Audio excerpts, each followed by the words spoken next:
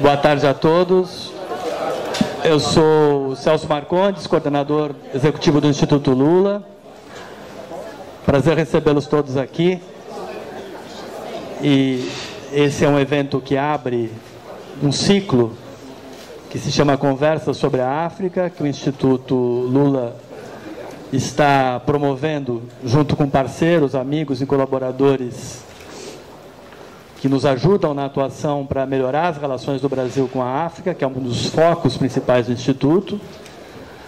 E esse encontro é aberto aqui no Sindicato dos Bancários, graças à colaboração da diretoria do sindicato, na pessoa da Juvândia, que eu já agradeço em nome do Instituto, e vai ser aberto de uma maneira mais que importante com a presença do professor Luiz Felipe de Alencastro, que é seguramente um dos maiores historiadores brasileiros, que trabalha há muitos anos a história das relações do Brasil com a África em particular, e hoje dá aula na Universidade de Sorbonne, em Paris, já há 14 anos, mas a boa notícia é que ele está voltando para cá. Então, a partir do ano que vem, o professor Luiz Felipe de Alencastro está aqui no Brasil, volta a dar aula na FGV, está passando uns dias aqui no Brasil agora, dando um curso especial na Fundação Getúlio Vargas, e vai voltar para cá. Então, sem mais delongas, eu queria passar a palavra para a Juvândia, e depois para a Clara Ante, que é a diretora para a África do Instituto Lula. Depois, imediatamente, a gente vai ouvir as palavras do professor Luiz Felipe de Alencastro. Obrigado a presença de todos vocês. Boa noite, companheiros e companheiras. Queria dar as boas-vindas a todos, cumprimentar aqui o Celso, a Clara Ante, dizer que é um prazer a gente estar fazendo essa parceria, trazer esse debate aqui com o professor Luiz Felipe de Alencastro, que é uma autoridade nesse assunto. Agradecer também a presença dele. Para a gente, né, é uma honra muito grande fazer esse debate, recebê-los todos aqui, né, esses convidados nossos do Instituto, né, e que eu espero que a gente possa promover outros debates, outras reflexões tão ricas sobre temas tão importantes para a gente. Nós temos aqui vários dirigentes sindicais, a Rosani, que é a nossa secretária de Relações Sociais e Sindicais, o Júlio, que estou vendo daqui também, que é um dirigente sindical nosso, militante, que acompanha bastante essa discussão, Delizinho, né? Um grande companheiro. E, enfim, acho que nós viemos aqui para ouvir o professor. Então, só quero dar as boas-vindas, dizer que a nossa casa, aqui, o sindicato, está aberto para esse tipo de debate e reflexão. E é uma satisfação muito grande, né, a gente poder promover, junto com o Instituto, esse debate, que nós esperamos fazer outras discussões, que vai enriquecer certamente quem está aqui ouvindo, né, e, portanto, enriquece a nossa militância. Obrigada, Clara, obrigado, professor, e bem-vindo a todos e todas. Boa noite, Juvândia, querida presidenta do sindicato, Celso Marcondes, companheiro que colocou praticamente em pé esse trabalho do Instituto Lula, voltado para a África, e eu vou tomar 2 minutinhos de vocês para entender por que o Instituto Lula se dedica a esse trabalho, primeiro lembrando que nos 8 anos de governo do presidente Lula, ele fez um trabalho voltado para a África, como ele dizia, nunca antes nesse país havia, que foi a abertura de mais, Celso me ajuda, 18 embaixadas do Brasil em países africanos, e ajuda concreta, não ajuda assim, vai lá, ajuda em alguma coisa, depois vai embora, mas a construção da fábrica de antirretrovirais em Moçambique,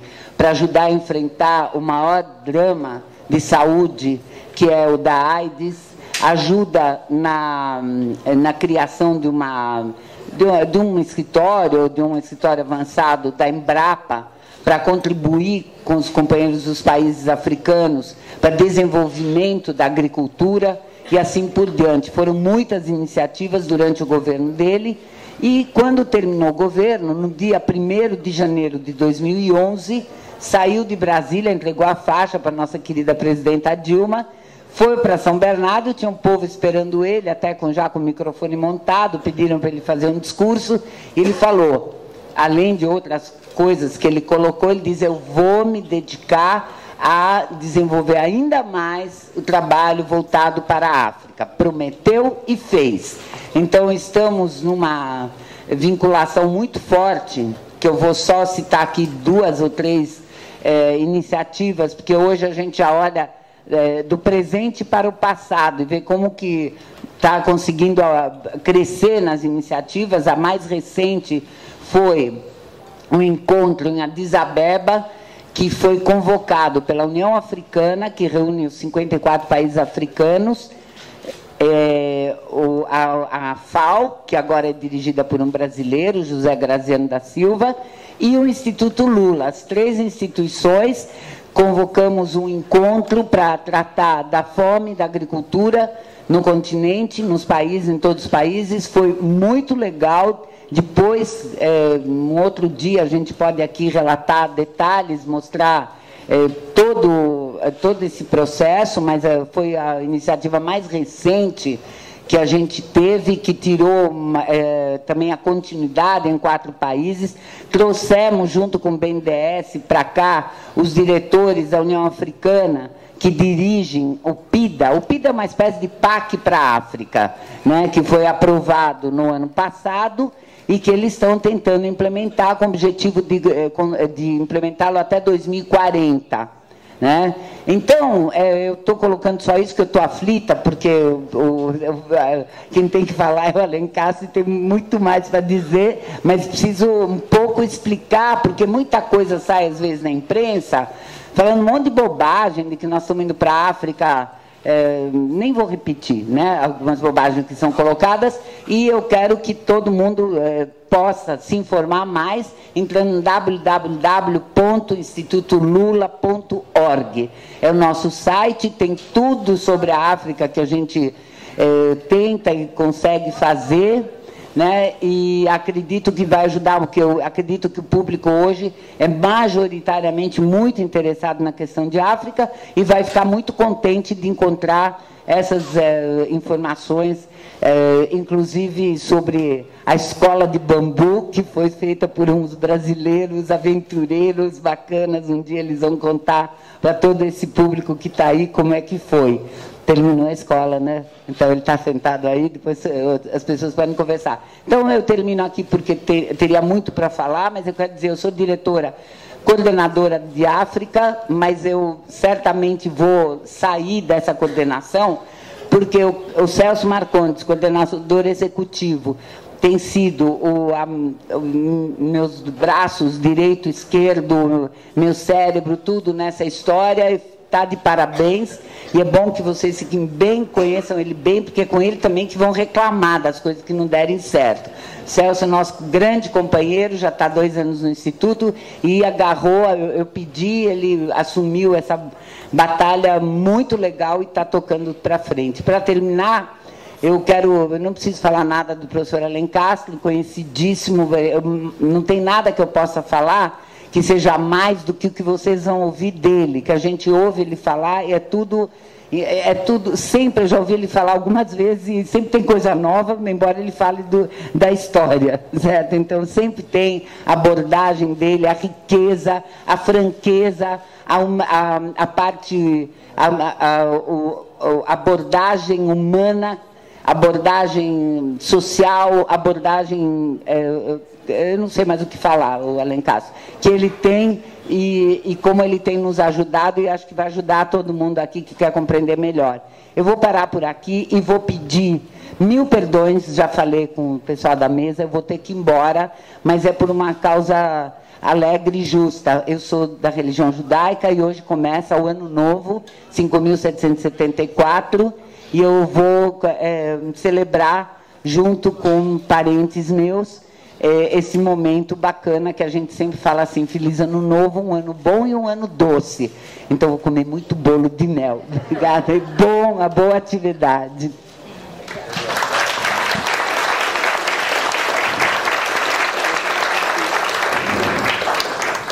Lá, professor. Bom, obrigado, Clara, enquanto você está aqui, companheira querida. Eu queria agradecer também ao Celso Marcondes e, obviamente, a Juvândia Moreira, que nos acolhe todos aqui, e agradecer a vocês todos que estão aqui para ouvir essa primeira palestra sobre a África. Na realidade, é mais sobre as relações entre a África e o Brasil. Na universidade, com a especialização crescente que há nesse ensino, isso já existe fora do Brasil, as pessoas são especializadas da África, e são aí africanistas, ou são especializados na América do Sul, ou na América do Norte, são americanistas. Eu, na realidade, tento criar um campo que é o Atlântico Sul, que são essas relações entre a África e a parte atlântica da América do Sul, englobando aí também o Rio da Prata, eu vou explicar por quê, Buenos Aires, e, numa certa medida, também Moçambique, embora esteja do outro lado, porque Moçambique foi puxado para a rede atlântica no século XIX pelo tráfico negreiro. Eu vou falar essencialmente disso. Hoje eu trouxe aí uns mapas, eu já queria mostrar esse primeiro mapa, talvez se pudesse apagar essa luz aqui, por causa do contraste. Isso é somente um mapa dos ventos que existem nessa área do Oceano Atlântico. Tá bom, acho que tá bom, né? Aí vocês podem ver aqui, esse vermelho e azul são as correntes marítimas, e isso forma uma espécie de roldana aqui no Atlântico Sul, que aproxima muito a África da costa brasileira.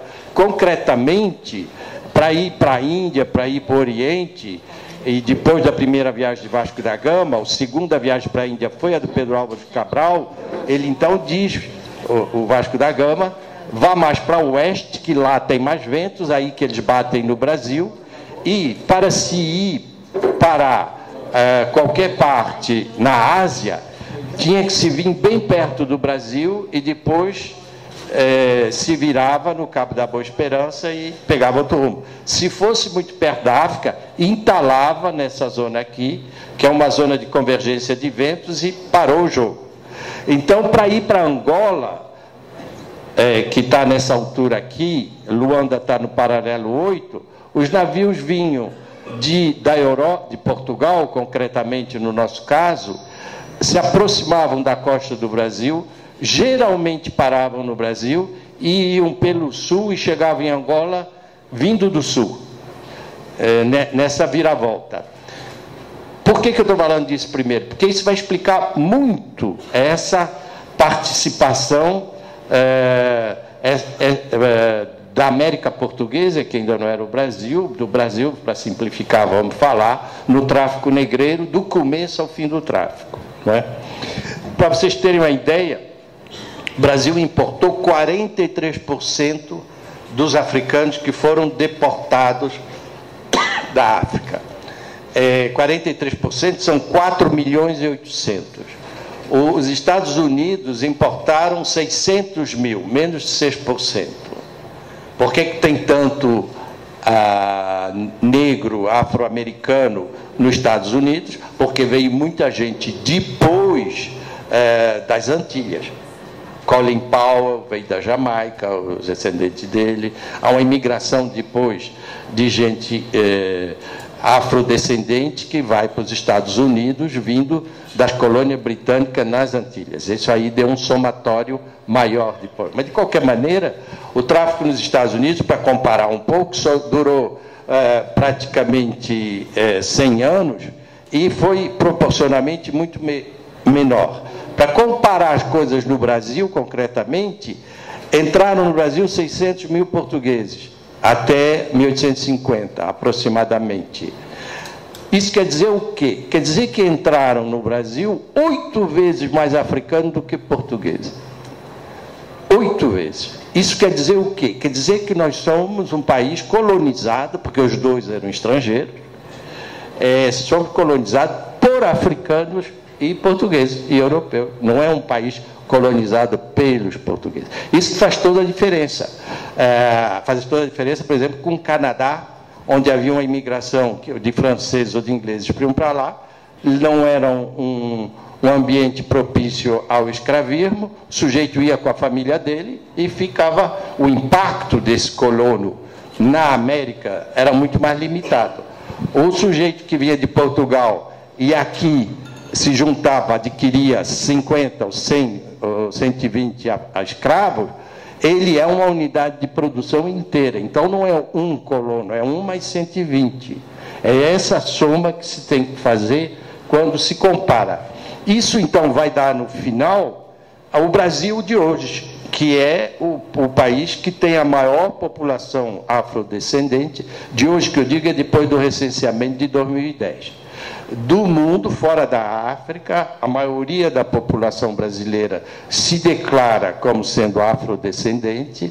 Isso é um fato novo, mas não é tão novo assim, porque já era assim no século XIX.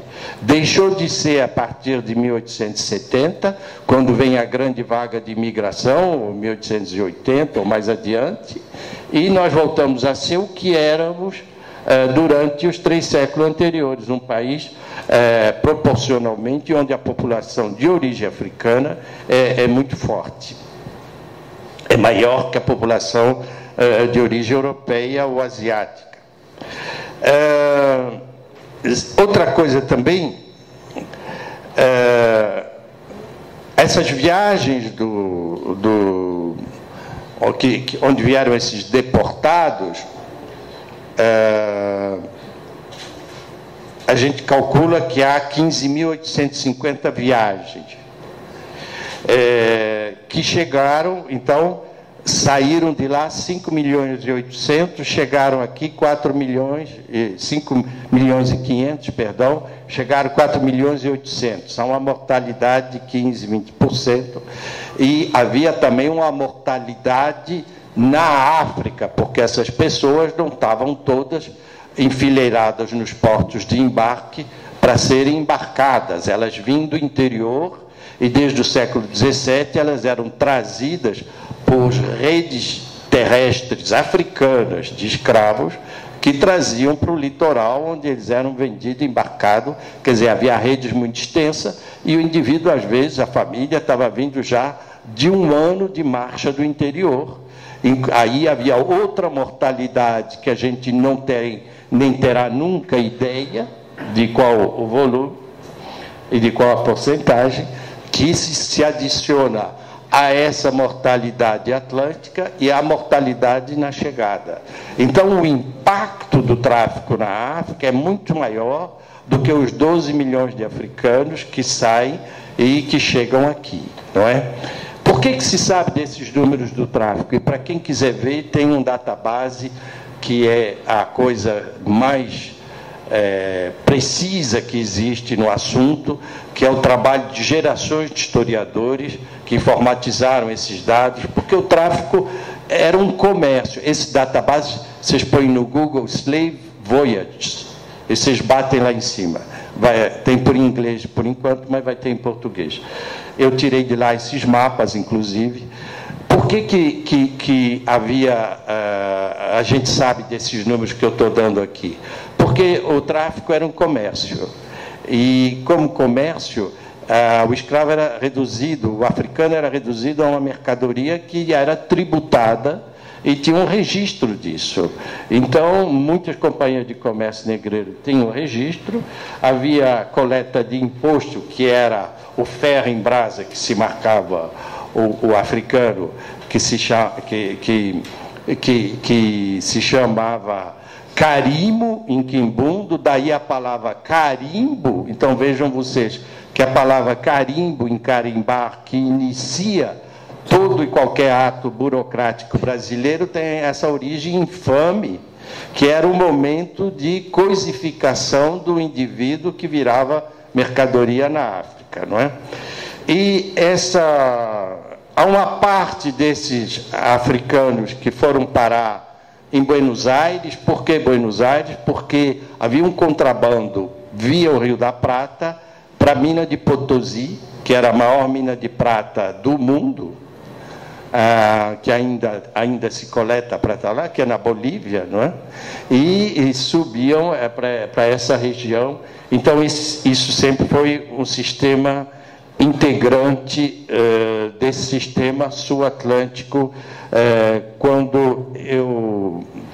do que eu estou falando.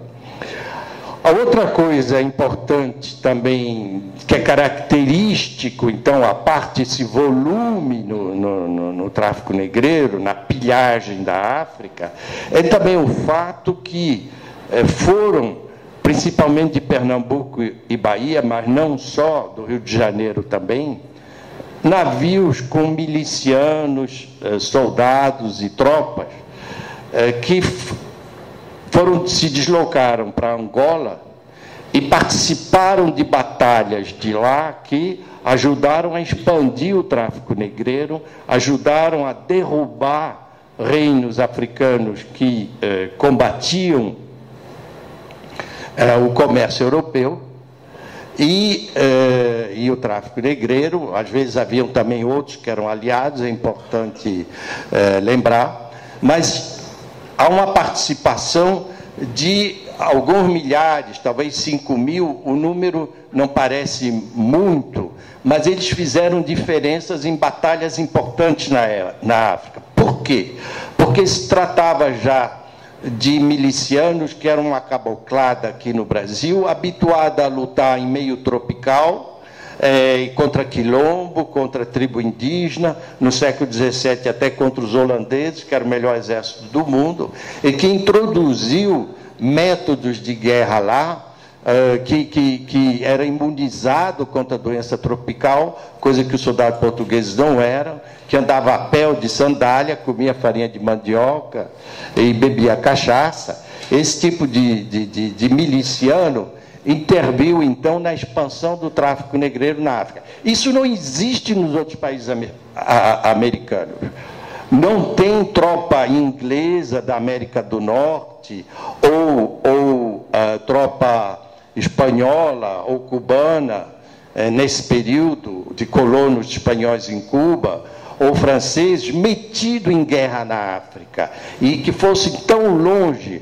O tráfico dos outros países europeus era mais na beira da praia, e não havia enclave, território que os outros países europeus dominassem tão profundamente quanto os portugueses dominavam Angola, por exemplo. Eu estou falando dessas batalhas. Essa batalha não era batalha na beira da praia, era batalha 300, 400 quilômetros no interior, que havia meses de deslocamento para ir, e principalmente a batalha principal, que é a Batalha de Ambuila, em 25 de outubro de 1665, que derrota o Reino do Congo. Nessa batalha, o governador de Angola dessa época era André Vilaldo Negreiros, que era da Paraíba, herói da guerra contra os holandeses. Ele que atiçou essa guerra. Os comandantes, tinha um comandante português, tinha um comandante também de tropa auxiliar angolana, e tinha também um terço, um grupo, um regimento, um pelotão de soldado que vinha do grupo de Henrique Dias, que participou dessa batalha, que degolou o rei do Congo, destruiu o Congo e limpou a área, então, num certo sentido, para os traficantes se expandirem nessa região. Limpou de resistência militar. Esse é um dado importante que mostra a composição tricontinental dessas tropas negreiras, propriamente dita, que destruíram e que pilharam a África Central. Outro dado importante, característico dessa região e do Atlântico Sul, é que a gente aprende na escola, tem até um desenho bonito, e isso se ensina na Europa ainda, eu vejo isso com meus alunos lá, e nos Estados Unidos também, do tráfico triangular. Saiu um naviozinho de lá da Europa, ia até a África com quinquilharia, trocava por africano, vinha para a América e trocava por açúcar, café, o que fosse, e voltava para a Europa. Isso não é verdade. 95% dos navios negreiros que entraram nos portos brasileiros saíram dos portos brasileiros. Hoje a gente sabe isso. Quer dizer, era um tráfico bilateral. E era um tráfico bilateral. Eu digo, isso não é verdade para o Atlântico Sul. Por causa disso que eu mostrei aqui, dessa roldana aqui, tá vendo? Que fazia com que o navio saísse daqui e fosse lá, que era muito mais perto. O navio que levava o açúcar ou o tabaco ou o que fosse para a Europa era outro navio. Não era o mesmo que estava nesse circuito. Isso, então, é essencial para compreender. Muitos desses produtos de escambo na África, porque isso não é o que eu queria dar uma ideia também, e, aliás, tudo que eu estou falando aqui, eu falei com muito mais tempo, nos vídeos que o Instituto Lula está começando a botar online. Vocês podem, já tem um, e vai ter 8 outros, vocês podem ver com muito mais detalhe, porque eu falei horas lá e eles editaram, acho que o som foi embora aqui, eles editaram isso. Se alguém puder me ajudar com o som. Está ouvindo aí? Tá bom, desculpa. Então, isso vai ser explicado com mais detalhe, mas só para entender que era muito complicado chegar lá de repente. Você, para fazer tráfico negreiro, tinha que saber onde ia, se tinha gente lá naquela hora, porque não dá para, naquele mês, para ser embarcada, porque não dá para atravessar o oceano em qualquer época do ano. A partir de maio até setembro, que é a convergência do verão no hemisfério norte e do inverno no hemisfério sul, tem muita turbulência, então as viagens eram complicadas. Quando eu digo essa média toda de gente que veio aí, eles estavam concentrados em algumas estações do ano, alguns meses, não era em 12 meses que você ia e voltava. Então tinha que saber como viajar para lá, se tinha que ter estoque de comida lá para essa gente que chegava do interior, tinha que saber qual é a mercadoria de troca que você levava. Eram operações muito complicadas que custavam caro também. No caso espanhol, que delegou aos portugueses todo o tráfico para a América Espanhola, isso envolvia grandes firmas, grandes, como eu diria, grandes associações de banqueiros, de mercador, de comandante de navio, que entrava nesse negócio, arrematava esse negócio da coroa espanhola para fornecer tantos escravos por ano, ou em Buenos Aires, ou em Cartagena, na Colômbia, ou em Veracruz, no México. Em Cartagena, eles passavam depois para o outro lado, para ir para o Peru, na altura onde é o canal do Panamá, ou pela terra, o que levava ainda mais mortalidade, e, segundo os especialistas, morria mais ainda do que na travessia. Mas era uma mortandade que eles procuravam controlar, como eu disse, porque isso já estava pago, tinha pago imposto, e havia um certo controle que começou. A mortalidade diminui muito a partir do final, bastante, não muito, a partir do final do século XVIII, porque o problema crucial era a água. Tinha ali um equilíbrio, além da comida, claro, mas porque a água precisava para as pessoas, e havia um suor em alto mar, havia, então, necessidade de água. Água, ou você levava a barrica d'água, aí tinha menos espaço para embarcar gente. O que acontecia, então? Eles, às vezes, tinha que levar água daqui, porque a zona de, quem conhece Luanda sabe disso, a água lá é salobra. Então, tinha que ir no rio Coanza para apanhar água e voltar na barrica e trazer para cá. Mas, a partir do final do século XVIII, eles resolveram o problema fazendo umas velas, que tinham uma espécie de... uma vela de forma de funil, que captava a água da chuva e botava na barrica durante a travessia. Isso, então, diminuiu bastante a mortalidade. Eles entenderam também que o que chamava mal de Luanda, que é o escorbuto, podia ser combatido com suco de limão e coisas assim mínimas que diminuíram um pouco a mortalidade nesse período. Mas eram operações muito complicadas, era um investimento do grande capital europeu, no caso do contrato com a Espanha, por exemplo, porque a coroa espanhola pedia a quem comprava esse contrato de fornecimento de africano para as colônias espanholas, ele pedia garantia bancária para não falir no meio, e isso, alguns faliram, inclusive, e entravam nisso os genoveses, entravam, que não era um país ainda, não é a Itália, entravam nisso os holandeses, entravam os ingleses, entravam os franceses. Agora vai ter um colóquio lá na França sobre o Luís XIV, eu vou lá para falar, o negreiro aqui não é o sujeito que morava em Nantes, o negreiro aqui é Luís XIV, que morava em Versailles mesmo, porque ele que comprou esse contrato da Espanha. Esse é um assunto meio tabu, que eles tratam sempre pela banda. Tem centenas de biografias do Luís XIV, eu tenho 2 especialistas do Luís XIV comigo da universidade, do lado, no meu corredor, mas esse assunto é um assunto que fica meio de lado. Agora, na França, não, esse assunto está vindo a galope, tem 2 monumentos sobre o tráfico negreiro em Paris. A França decretou o tráfico negreiro e a escravidão como crime contra a humanidade, o Senado francês, e agora o Código Penal francês, não tem nada a ver com o passado, mas criou o crime de escravidão, que concerne o tratamento desumano de gente, de imigrante e tudo. Então, isso mudou muito lá. Mas a historiografia vai um pouco devagar quando se trata de personalidades célebres assim. E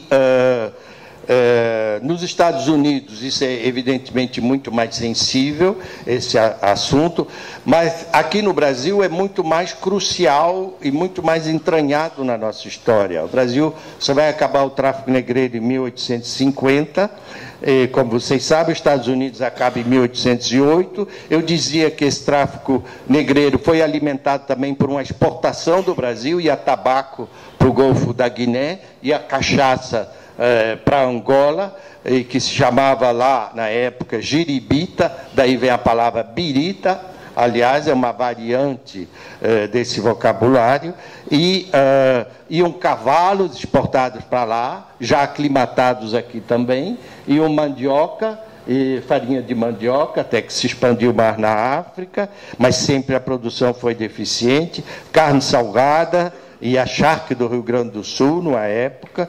Então, isso tinha uma troca bastante contínua. E, evidentemente, iam mercadorias europeias, armas e isso que alimentava o tráfico lá, não é? Porque tinha um grupo A, que vendia escravos, se armava com as armas europeias e atacar o grupo B para ficar mais forte ainda. O grupo B, por sua volta, começava para se defender, a ter que adquirir armas também dos europeus, arma de fogo, que era vendida lá, mas até espada e tal. Então, ele ia atacar o grupo C, que se tornava, aquilo tinha um efeito em cadeia. O tráfico negreiro, o tráfico de escravos, a escravidão já existia na África, mas foi amplificado infinitamente e de maneira dramática por causa da integração da África no grande comércio atlântico europeu e americano. Era uma coisa localizada que se amplificou, que se exacerbou. Eu vou continuar um pouco rapidamente para dizer que eu dizia Moçambique, para vocês terem uma ideia, ficou fora, porque Moçambique estava integrado ao comércio português com a Índia, com Goa e tal, e 94% dos 300 mil moçambicanos que chegam no Brasil, chegam no começo da primeira metade do século XIX, entre 1801 e 1850, e vão essencialmente para o Rio de Janeiro. É curioso, porque essas coisas, eu tive esse fim de semana no Rio de Janeiro, para visitar aquele museu dos pretos novos, que era onde eram enterrados, ali no Clãs do Valongo, os escravos, os africanos, os americanos até nem dizem escravos, algum historiador diz os escravizados, porque eles não eram escravos. Eles estavam postos de escravidão, não eram escravos. Enfim, eram escravos do ponto de vista do proprietário, entre aspas. Mas então os escravizados, por isso que eu falo também de deportado, não é de exportado, é deportado. E isso até eu posso depois explicar melhor. Mas o fato é que tem um cemitério lá no Rio, foi descoberto por acaso do lado do Valon, que é o maior porto negreiro das Américas. O Rio de Janeiro é o maior porto negreiro das Américas. E Luanda é o maior porto negreiro da África. São duas cidades que falam português. Isso tem a ver com as elites brasileiras e portuguesas. Não dá para escapar dessa constatação. Mas ela não é evidente para todo mundo. Ela é óbvia no Brasil e em Portugal os historiadores têm mais resistência a isso. A admitir essa especialização portuguesa no tráfico negreiro. E brasileira também, claro. E, em seguida, depois da independência. O fato é que Moçambique está bem atraído para o circuito de Moçambique para o Atlântico Sul. Eu queria dizer uma palavra também a respeito, porque também um outro viés que eu não adoto da historiografia é separar história indígena e história africana. As duas coisas estão ligadas. Por quê? Porque isso tudo era um sistema de mão de obra, por isso que o título da minha palestra é Escravidão e Trabalho Compulsório. Trabalho compulsório é um trabalho sob coerção, que não é o trabalho forçado. Vejo bem porque trabalho forçado eu distingo também, porque há estados nos Estados Unidos que têm o trabalho forçado como pena por crimes. O sujeito é condenado ao trabalho forçado porque matou alguém, vai lá quebrar perna, quebrar pedra, ou porque roubou, tem que ir lá trabalhar no campo, com corrente no pé, essas coisas que a gente vê no filme. Isso é uma condenação. O trabalho sob coerção é uma coerção econômica, é uma coerção política, é uma coerção racial, que não forma propriamente um escravo, mas o sujeito está ali dependente, como um peão no Amazonas, essa situação de trabalho escravo, que o Ministério do Trabalho descobre toda hora aí.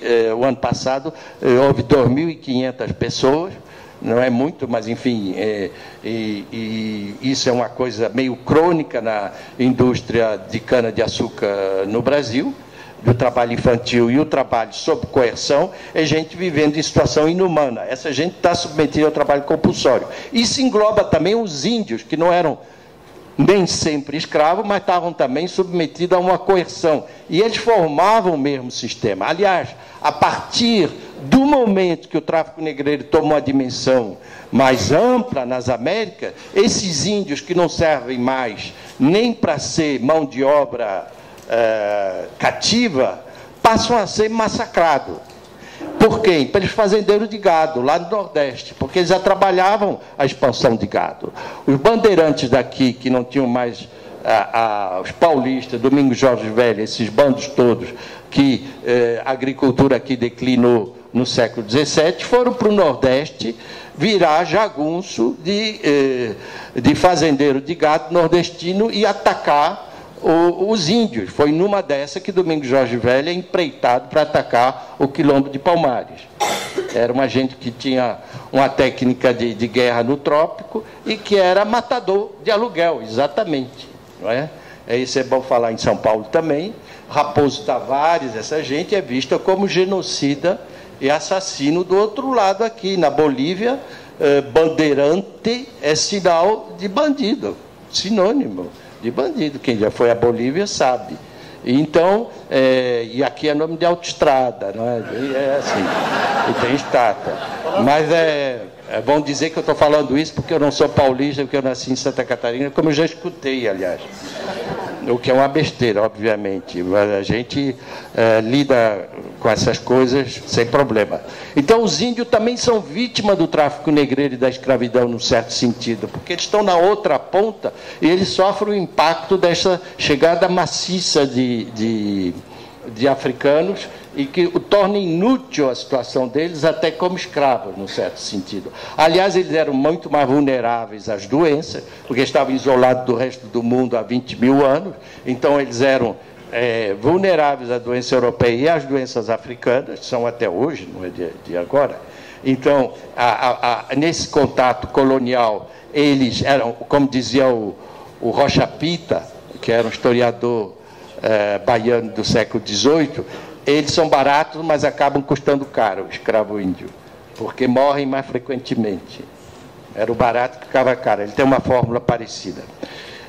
Eu queria dizer também que isso estrangulou a escravidão. A escravidão também deve ser estudada em contato com a imigração europeia, porque a imigração europeia ela vai entrando nessa transição para acabar com a escravidão no Brasil, mas ela ainda sofre o impacto dessa violência no campo, inclusive no período onde os imigrantes conviviam nas fazendas com escravos e eram enquadrados por feitores que não estavam habituados a lidar com o trabalhador livre. Então havia uma violência que também foi em cima da imigração no começo, o que levou, aliás, muitos imigrantes a evitarem ficar no campo e vir para a cidade. Isso é típico no Rio de Janeiro. E isso também estrangulou qualquer expansão de um campesinato autônomo fazendo comida para o mercado interno, porque o latifundiário que tinha lá 120 africanos, se começava a dar dinheiro para produzir farinha, ele também produzia farinha.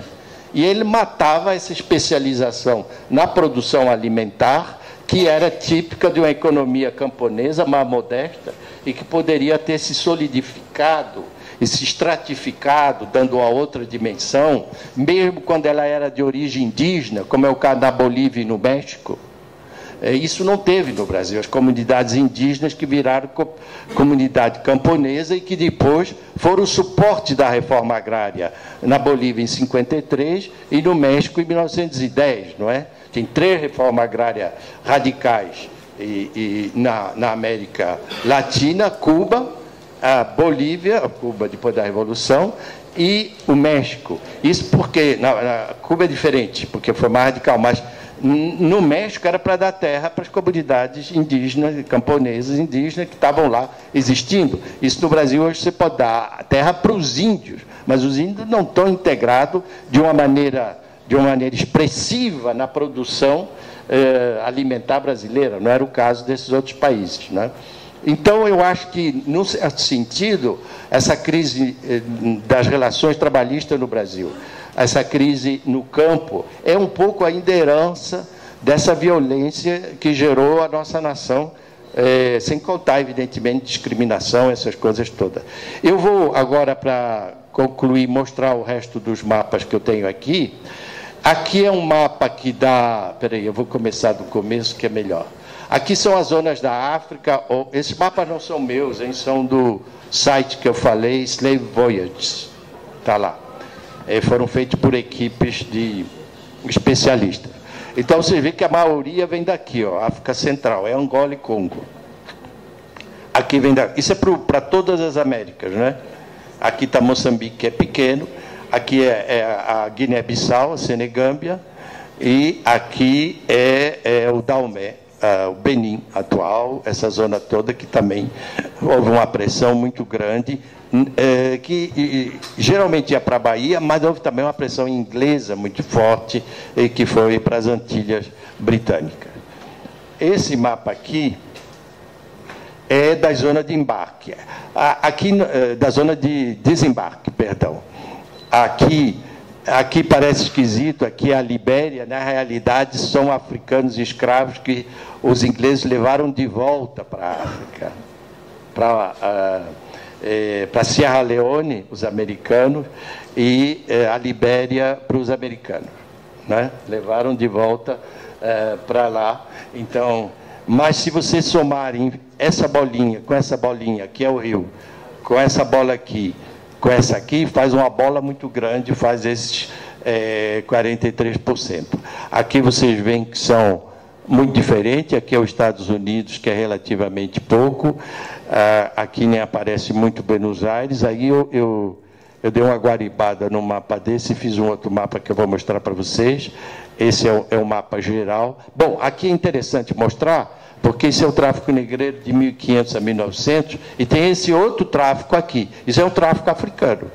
Isso é um tráfico que vem do interior da África Negra, da área subsaariana, atravessa o Sahel e o deserto e vai para o Mediterrâneo. Isso é um tráfico levado por caravanas muçulmanas, às vezes de berber e tudo, que vem até essa zona Sudão, que era a África Negra, geralmente não é só o país que a gente chama, e que atravessa a zona. Aqui é o outro circuito de tráfico, é o terceiro, que é esse que a gente chama da Corno da África, que é uma zona que vai para o Golfo Pérsico e para a Arábia, é uma escravidão mais doméstica, que era usada em palácios e pouco em unidades de produção.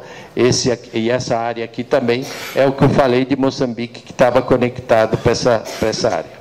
Eu dei uma mexida nesse mapa e aí eu incluí isso aqui, que é pequenininho, mas eu vou mostrar por que eu mexi. Não sei nem se eu vou poder utilizar, porque tem direito autoral no meu livro, mas eu mostro aqui. É que teve um tráfico do Brasil para Buenos Aires, ó, daqui da Bahia, e do Rio de Janeiro também. Então, uma parte dos africanos que entraram no Rio da Prata, porque não ficava só em Buenos Aires, subia para dentro, veio também do Brasil, sem falar, desde que vieram diretamente da África, que é esse ramo aqui. E, bom, é isso. Isso mostra as proporções. Eu vou voltar agora para o mapa inicial. É esse o volume do tráfico. Tem uma parte que foi para a Europa também, como vocês veem, para Lisboa e para Sevilha, essencialmente, que tiveram, às vezes, no século XVI, 10% de escravo também. Então, não tem nas Américas nenhum lugar onde não entrou africano. Mesmo que eu não tinha contato direto, tinha contato indireto. Isso nunca aconteceu na história da humanidade, uma deportação maciça de um continente para o outro. Depois teve muita forma dramática de deportação no século XX, mas nessa escala, durante tanto tempo, não houve. E isso, então, é que é característico do Atlântico. Por exemplo, na Ásia, os europeus não tiveram essa pegada colonial tão pesada, porque eles iam sozinhos, na frente dos asiáticos. Aqui são os europeus mais os africanos. A verdadeira colonização, ela bateu forte nas Américas. Criou países que não existiam. Tanto que, quando houve a independência na Ásia e na África, quem faz a independência são os colonizados. Na América, quem faz a independência são os colonos. Né? E é o que marca também a nossa história. Bom, acho que a gente podia... Professor, tem tempo para as perguntas? Tem tempo, professor? Você tem tempo para perguntas,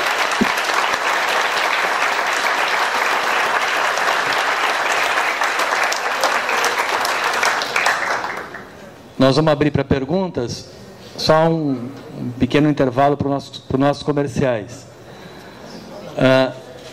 Lá no Instituto Lula, a gente tem duas premissas básicas para trabalhar a ação do Brasil em relação à África e trabalhar para a melhoria das relações do Brasil à África. A primeira é considerar que a escravidão é a principal chaga da nossa história. É a principal marca negativa da nossa história e que explica boa parte dos problemas que nós vemos hoje, de desigualdade, de preconceito de classe, de cor. Então, a escravidão marcou o Brasil de tal maneira que nós vivemos até hoje as consequências dessa situação que o professor acabou de descrever, que infelizmente nos dá o título, como ele bem demonstrou, de campeão mundial da escravidão. 43%, certo, professor? Do tráfico de escravos da África veio para o Brasil. Então, esse é o primeiro ponto de partida que explica muita coisa da situação do Brasil hoje. Inclusive, um parênteses, a discussão sobre a importação de médicos. A segunda premissa é que nós, brasileiros, temos uma profunda ignorância sobre o que acontece com a África. ou o que é a África. O ex-presidente Lula costuma dizer em todas as palestras que ele dá que a primeira coisa que ele faz quando começa a falar com alguém que volta do continente africano é perguntar que país que ele veio da África, porque muitas vezes as pessoas tratam a África como um país só, e não como 54, com todas as diferenças enormes que existem entre eles. Então, a partir dessa compreensão, dessa admissão da ignorância que o Brasil tem com a África, o brasileiro acha ruim quando o americano acha que a nossa capital é Buenos Aires. Mas a nossa relação com a África é permeada por um desconhecimento muito grande. Então, por conta disso, a gente começou aí sim, diretamente no comercial, uma das nossas atividades é fazer discussões e debates como esse, tendo como tema questões relacionadas às relações do Brasil com o continente africano. Eu quero de cara convidar vocês para quarta-feira que vem. A revista Carta Capital está promovendo um seminário com o título Mundo Sem Fome, que vai ser às 9 horas da manhã no Hotel Intercontinental. Vocês se inscrevem pelo site da revista Carta Capital, que vai reunir, num primeiro momento, a ministra do Desenvolvimento Econômico e Social, Tereza Campelo, e um representante da FAO do Malawi, na África, o professor Mafa Tipeta, que vão falar dos programas sociais brasileiros e africanos e o combate contra a fome nos dois continentes. E a segunda mesa vai reunir o ex-presidente Lula, batendo papo com a Leymah Gbowee. Leymah Gbowee é uma liberiana que ganhou o Prêmio Nobel da Paz em 2011 por liderar o combate das mulheres contra a guerra civil que exterminou mais de 200 mil pessoas na Libéria há pouco tempo atrás, há 10 anos atrás. Os dois vão estar presentes nesse dia e vão fazer um bate-papo aberto ao público, só que, nesse caso diferente de hoje, as inscrições são obrigatórias, você tem que entrar no site para entrar, para poder participar. Só inscrever é gratuito. Daqui uma semana exatamente. E esse ciclo conversa sobre a África, vai ter uma série de novas palestras, vocês acompanhem pelo nosso site, com parceiros como o Sindicato dos Bancários e outros que vão se agregar a essa atividade. Já devo marcar para começo de outubro um debate sobre a situação no Egito, que é um dos temas que está nos preocupando, e outros mais que serão marcados. Então, por favor, acompanhem esse calendário e participem das próximas atividades. É um convite que eu faço para vocês. Vamos abrir para inscrição, tá? Eu pediria para quem quiser falar, levantar. Vamos dar, professor, pode ser como o senhor prefere, 3 perguntas, o senhor responde? Pode ser? Eu e a Juvândia vamos marcando aqui, vamos começar lá para o fundo, ó, os 3 lá do fundo, podem começar, a Juvândia sabe os nomes aqui, os companheiros bancários. Cláudio Rocha, Paulo, e tem alguém do lado ali que eu não vi, é o Júlio? Júlio.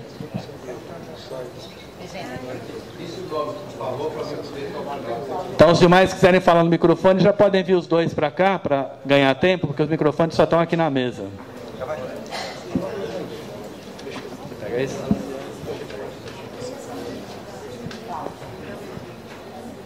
Professor, um prazer recebê-lo aqui em nossa casa.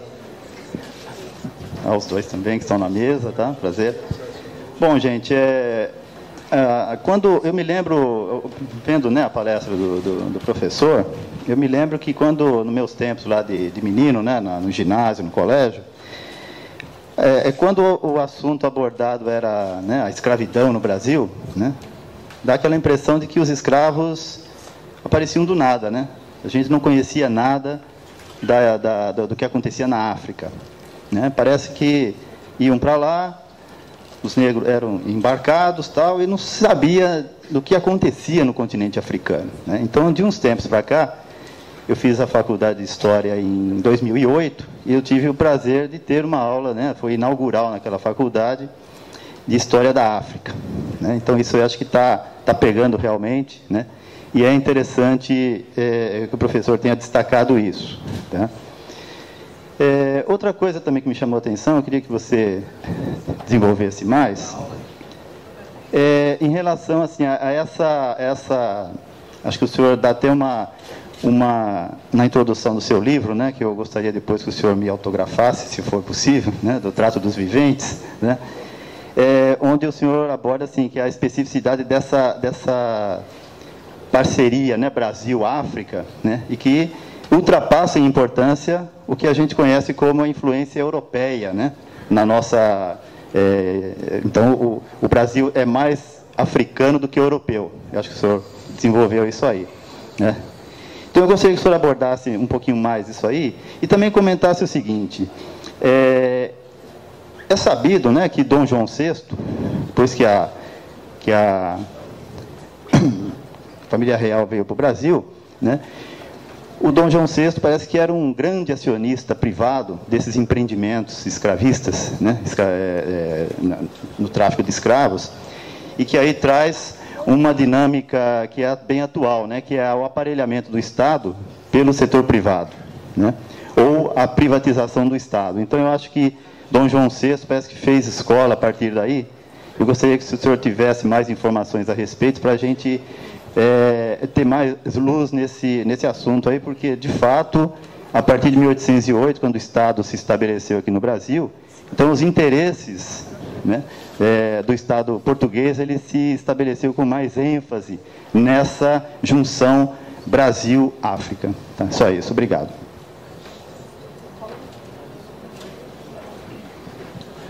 Uma boa noite a todos e todas, uma boa noite ao nosso professor e aos demais aqui da mesa. Minha pergunta, professor, vai na seguinte linha. Nós percebemos que aqui no Brasil foram mais de 350 anos de uma escravidão, né? E agora nós vivemos aí pouco mais de 125 anos de uma falsa abolição da escravatura, porque ainda, infelizmente, o povo negro sofre os reflexos da escravidão nos dias atuais, com uma cultura de privilégios, que muito bem foi destacada aqui pelo senhor, que é uma cultura do embranquecimento, né? Então, muitas vezes os irmãos e irmãs negras procuram cada vez mais se afastar da questão de ser negro, né? Tanto que aqui no Brasil, numa pesquisa, mais de 180 tons de peles foram identificados, porque as pessoas procuram sempre se distanciar do que é ser negro. E qual é a minha pergunta? Lendo um dos artigos do senhor, a gente pode perceber muito bem essa cultura forte, que são dois eixos estruturantes da nossa sociedade, né, que é o eixo econômico e o eixo político. E o senhor frisa muito bem, num dos seus estudos, como a África é muito rica, uma diversidade muito grande, os conflitos internos da África, né, que é o ponto fundamental da minha pergunta, e quais as perspectivas, já que a África demonstra que tem uma perspectiva de crescer mais de 200% o que ela é hoje. Então, qual a influência do Brasil neste processo de crescimento e também no combate às desigualdades? Obrigado.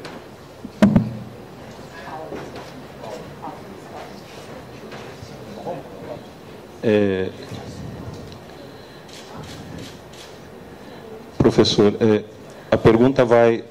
Quando eu li o livro Trato dos Viventes, o que me chamou a atenção é a quebra de lugares comuns, né, da historiografia nacional, principalmente com a relação do Brasil-colônia. Porque aqui a gente estuda Brasil-colônia, estuda a colonização africana, né? Então, essa relação quebrada, então a gente acha que a formação do Estado brasileiro, a formação da dominação no Brasil, se dá através da cultura da cana-de-açúcar, lá no começo, né? Dos engenhos. E no livro do senhor, o senhor amplia esse leque, dizendo que a grande empreitada do Estado português é o sul, né? É a costa brasileira e a costa africana. E aí até justifica, através das correntes marítimas, a dificuldade. Então, por exemplo, o norte do Brasil é mais fácil para você lidar com a Europa, viver de frente para a Europa, do que se relacionar com o sul do Brasil. E o sul do Brasil vive voltado para a África, porque a corrente marítima é que não permite você fazer aquele... Né, é mais fácil você se relacionar com a África. Então, isso já quebra, na minha opinião, já quebra qualquer tipo de visão com relação à historiografia oficial. E, dentro disso, a caracterização da importância do tráfico negreiro para a formação da elite brasileira. Que isso, na historiografia, é tirado. Então, por exemplo, se você pensa Fernão Dias Paz, se você pensa Raposo Tavares, que foi forjado um tempo atrás como fundamento da história paulista, da elite paulista, o bandeirantismo, no livro do senhor acaba com isso. É tanto que na USP na historiografia ali, o senhor não é uma referência ainda, embora o livro é sensacional. Agora, eu queria que o senhor falasse um pouco dessa formação da elite brasileira, porque o tráfico negreiro, fundamentalmente, no livro, é brasileiro, não é português. Né? O acúmulo de capital se dá nesse tráfico. Né? Então, isso é uma coisa que me chamou muito a atenção, porque a gente colocou vários ciclos. A história brasileira fala de ciclo. Então, o ciclo da cana-de-açúcar, o ciclo pau-brasil, o ciclo da cana-de-açúcar, ciclo do ouro, borracha, etc. Mas em nenhum momento se fala do ciclo da escravidão. Então, é interessante pensar nisso, que a principal mercadoria que se comercializou no Brasil era escravo. Índio, negro. Vamos fazer um trio de 4 aqui, professor. Tem uma quarta pergunta do companheiro aqui. Eu ia aguardar outra rodada. Você prefere aguardar? Tudo bem? Vai lá. Então, o Cláudio, bom, a respeito de Dom João VI, onde é que ele está? Para me olhar para ele. Ah, está lá. Bom, Dom João VI é muito mais que isso, num certo sentido, porque o comércio ultramarino era monopólio da coroa. Então, nem precisava botar dinheiro dele. A renda do Tesouro Régio era alimentada pelo imposto recolhido no embarque do escravo. É daí o cara, que era o marcador, que tinha esse carimbo, de onde veio o nome carimbo, que eu falei. Portugal se inseria na Europa como um reino negreiro. Ele era o fornecedor da Espanha durante a União Ibérica. E no século XVIII, o Brasil, por isso junta um pouco com o que disse o Paulo, a história do Brasil é esse negócio de ciclo, não é? Tem o ciclo do açúcar, o ciclo do ouro, o ciclo do café, com outros ciclos menores do tempo da escravidão. Tabaco, algodão e depois da escravidão, ou a borracha, mas é outra coisa. Estou falando da escravidão. Ora, nenhum desses ciclos poderia existir se não houvesse um ciclo maior que assambarcava eles todos, que é o ciclo do tráfico de escravo. Porque quando surge o ouro em Minas Gerais, a produção de açúcar não declina nem desaba. Ela, ao contrário, no século XVIII até retoma. Por quê? Porque tem gente para enfiar em Minas, para explorar o ouro, e tem gente para rodar os canaviais da Bahia, de Paraíba, do Rio de Janeiro. Ao mesmo tempo, simultaneamente, se pôde explorar uma região do interior inteiramente nova e continuar explorando as capitanias marítimas tradicionais. Isso, então, é que explica o Brasil. Depois veio o café, Minas também não desabou, nem o ouro desabou. Minas é que tinha acabado, mas Minas continuou com a atividade escrava muito importante, e quando acaba a escravidão, em 1888, Minas é a província que tem mais escravos do Brasil, porque estão na produção de alimentos para o Rio de Janeiro. Mas isso, então, mostra como o peso do tráfico domina tudo. Mas eu pegar o gancho que você falou de 1808, é muito importante, porque em 2008, todo mundo lembra, se festejou os 200 anos da chegada da corte, teve uma série na Globo, e cria esse clima de princesa, de príncipe, de corte, e parece que o Brasil vai se ocidentalizar, e fica melhor que o resto da América, que não tinha europeu aqui, porque o Rio de Janeiro era uma capital de uma corte europeia. Todo mundo viu esse papo. O que ninguém ou pouca gente disse é que isso vai atrair também toda a rede negreira para cá. Por isso que eu falei de Moçambique. 1808 é quando a Inglaterra e os Estados Unidos acabam com o tráfico negreiro. Achavam que era uma coisa imoral, mesmo que desse dinheiro, e acabaram com aquilo. E a oferta negreira toda da África vem para onde? Para o Rio de Janeiro, para o Brasil, e, numa escala menor, para Cuba. Então, foi aí que o Brasil se africanizou, se tornou mais violento, se tornou mais predatório. A chegada da corte vai dar rede logística, mercantil e política para isso, e quando o Brasil fica independente, ele já tem uma camada de burocrata e de administrador português que tem habilidade diplomática para permitir o Brasil de continuar fazendo tráfico negreiro até 1850, a despeito da pressão inglesa. Ele vai ganhar a técnica diplomática e o recurso diplomático que vai permitir empurrar com a barriga o Estado brasileiro, Dom Pedro I, as regências, Dom Pedro II no começo, vai permitir empurrar com a barriga essas duas pressões. Os ingleses que queriam que o tráfico acabasse logo, porque isso atrapalhava também os negócios deles na África e atrapalhava também a produção açucareira deles nas Antilhas, onde já não tinha mais nem escravidão, e os fazendeiros que não queriam que o tráfico não acabasse nunca. Então, o que faz a coroa? Ela joga com os dois lados. É assim que ela se mantém em equilíbrio. E isso, então, 1808, é realmente uma data crucial e se passou batido por isso há 5 anos atrás, o que eu pessoalmente achei escandaloso, porque houve seminário de todo tipo, e jardim botânico e tal, e a coisa negreira, estimulada pela chegada da corte, se falou pouco. O Júlio falou do conflito interno africano. Aí eu queria lembrar algo que eu já disse nesse vídeo que está no site do Instituto Lula. A África é o continente que tem mais fronteira ortogonal, geométrica. É só vocês bater o olho. Isso quem criou?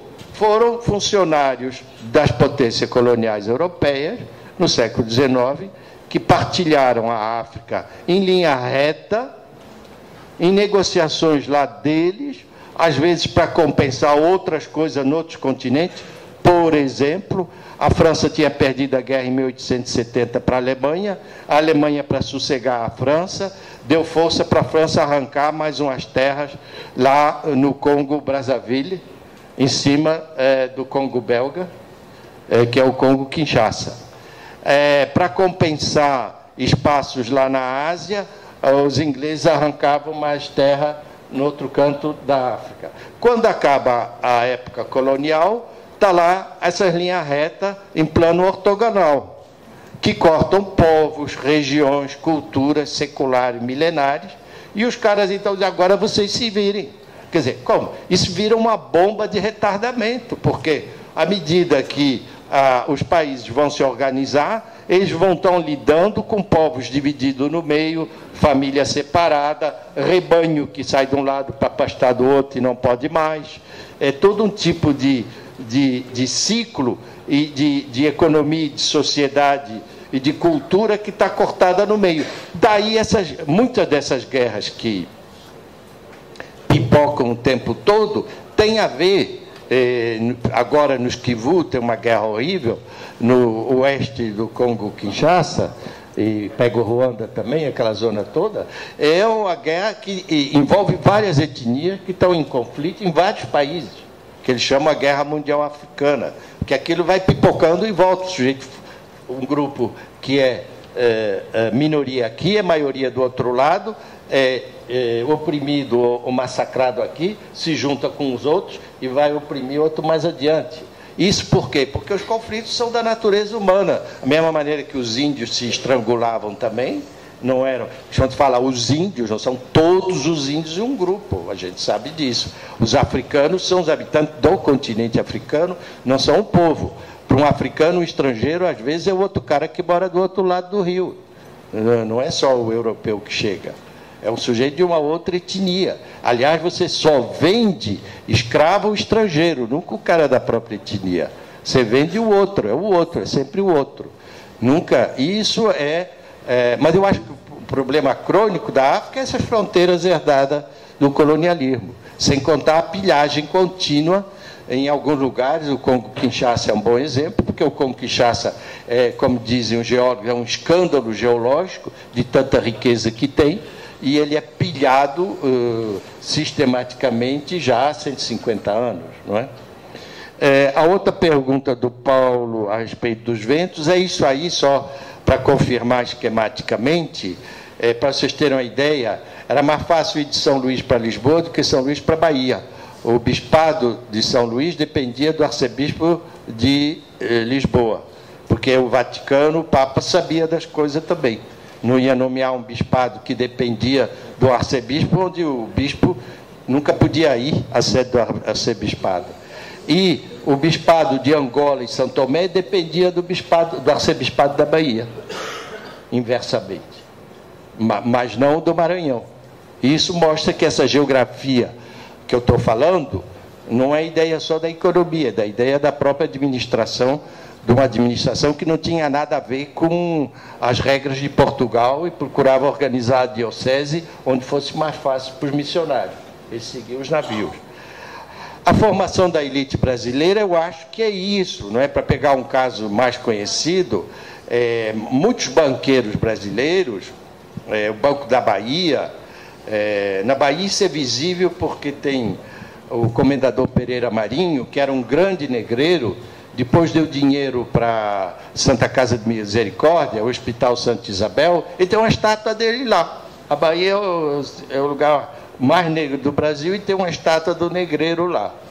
Por que isso se aguenta até hoje, quando está todo mundo quebrando vitrina de banco, aí pichando o que tem, e nunca ninguém foi pichar essa estátua? É falta de informação.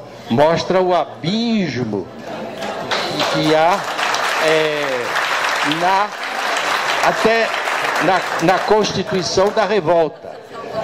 Na igreja de Santo Antônio da Barra, tinha um santo, que era o São José, que era o padroeiro dos negreiros. Agora eles mudaram a estátua, porque ela estava meia passada, está lá no museu. Lá. Mas era o padroeiro dos negreiros, em procissão lá. Então, Bahia é o lugar onde tem um negreiro, tem estátua, e é um lugar onde tem um santo que é padroeiro dos negreiros. Isso, nos países onde tem mais politização do movimento negro, nem vim. Houve uma época que o bairro de Queens, lá em Nova York, porque Queens é em homenagem a Catarina de Bragança, que era a rainha da Inglaterra, tinha casado com o rei da Inglaterra. Foram lá, os portugueses lá e tal, foram levantar uma estátua em homenagem à rainha, quebrou o pau logo, a estátua está lá no hangar até hoje.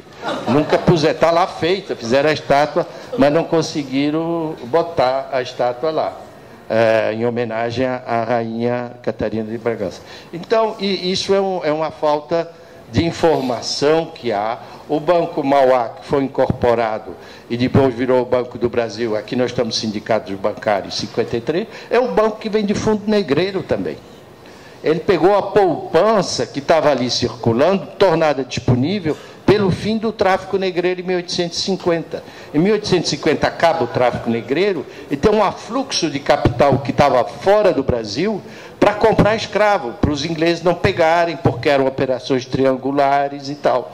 Aí começa a importar no Brasil o cavalo de corrida da Inglaterra, feno da Inglaterra, para alimentar os... igual o BMW aí na época do Collor. E começa a importar túmulo de ferro pré-fabricado e coisa de luxo, relógios de cebolão, começou a vir nessa época, e foi uma parte isso para o Banco Mauá e depois para o Banco do Brasil, quer dizer, a origem disso é esse capital disponível que retornou, foi repatriado quando acaba o tráfico negreiro, porque nos anos 1840 o Brasil está importando mais africano do que manufaturado. Professor, o Rio de Janeiro foi a cidade que teve o maior número de escravos no mundo inteiro, não foi? Isso, não, o Rio de Janeiro, até uma coisa que está lá no Museu dos Pretos Novos, que eu aconselho vocês a ir, porque é uma coisa, quando forem ao Rio, é uma coisa tocante, porque foi uma família, um casal, que tinha comprado uma casa lá, ali perto do Morro do Livramento, na rua Pedro Ernesto, e aí fez lá uma reforma, bateu ali naquele ossuário, e fizeram uma pesquisa e criaram uma fundação. A mulher está lá até hoje, cuida disso, virou uma fundação, é uma coisa muito tocante. Mas a informação que está lá, vão escolas e tal, é meio truncada, porque Rio de Janeiro era a maior concentração urbana de escravos. Rio de Janeiro tinha 266 mil habitantes em 1849, 110 mil eram escravos. Isso não tinha no mundo desde o fim do Império Romano. tinha nos Estados Unidos cidades menores, no sul, na Louisiana, nas Carolina do Sul, no Alabama, que somado junto, na Flórida, somado junto, davam a população urbana, mas não numa só, e que era a capital do país. Não é? Tem um poema do Gonçalves Dias sobre isso, dizendo como o Rio de Janeiro era uma cidade cheia de escravos, era o que chocava quando os estrangeiros chegavam.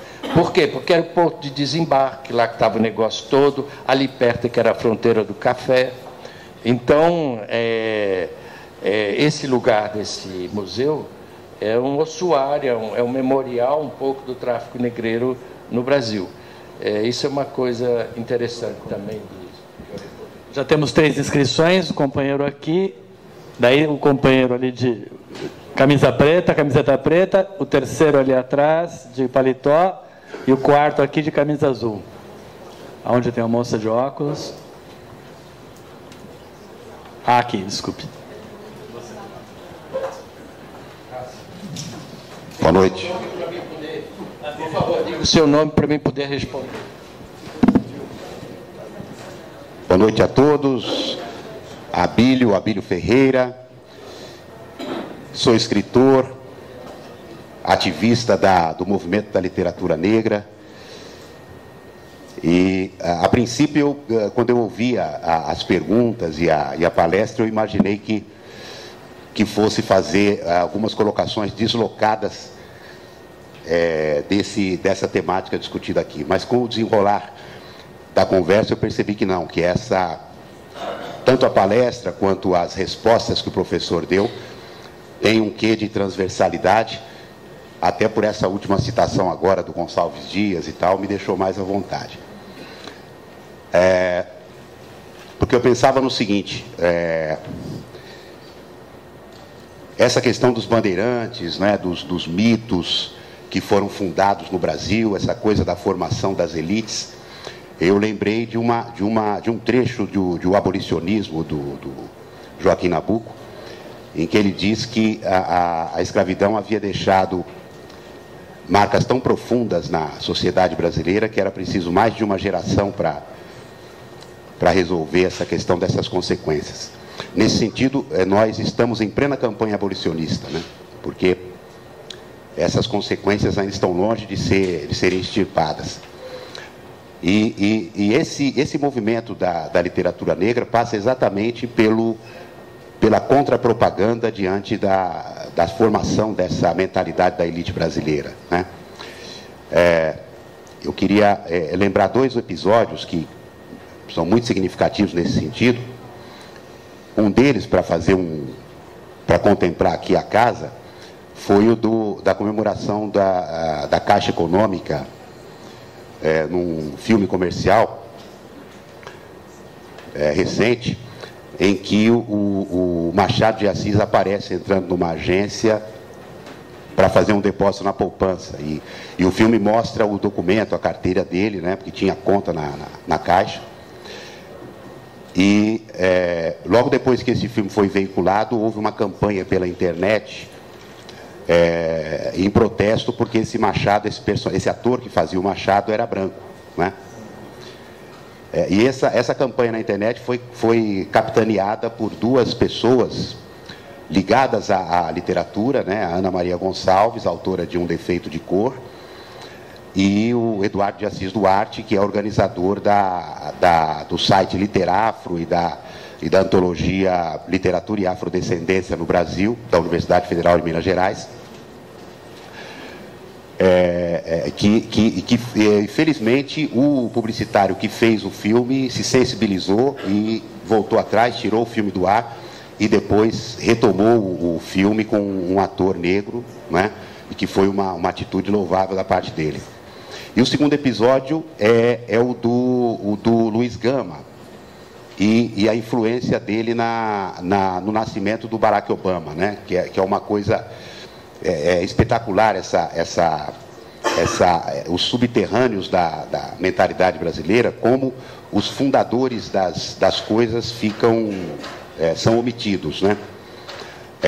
Porque é sabida a história de que a mãe do Luiz Gama só se apaixonou pelo queniano, o pai dele, porque assistiu a um filme, Orfeu Negro, né, de um cineasta francês, Marcel Camus. A mãe do Obama. Eu disse outro nome? Você disse Luiz Gama. Luiz Gama. A mãe do Obama só se apaixonou pelo pai dele por causa do filme, que assistiu aquele filme. E aquele filme foi uma adaptação do Orfeu do Carnaval, Orfeu da Conceição, de Vinícius de Moraes. Mas o Luiz Gama já havia enegrecido o Orfeu em 1859, né? Quando se proclamou o Orfeu de Carapinha, né? E essa retrospectiva da história do nascimento do Obama para em Vinícius de Moraes, né? E aí a gente tem, a literatura tem essa concorrência desigual com as pessoas mais midiáticas, né? E aí a minha pergunta é no sentido de que como é o seu contato com essa questão da literatura, uma vez que a literatura também é fonte de pesquisa historiográfica, né? E nas suas andanças aí pelo mundo, com o mundo acadêmico, o que você tem visto tem ouvido sobre essa questão da literatura negra, essa subjetividade negra, né? Que combate essas mazelas deixadas pela escravidão no Brasil. Obrigado.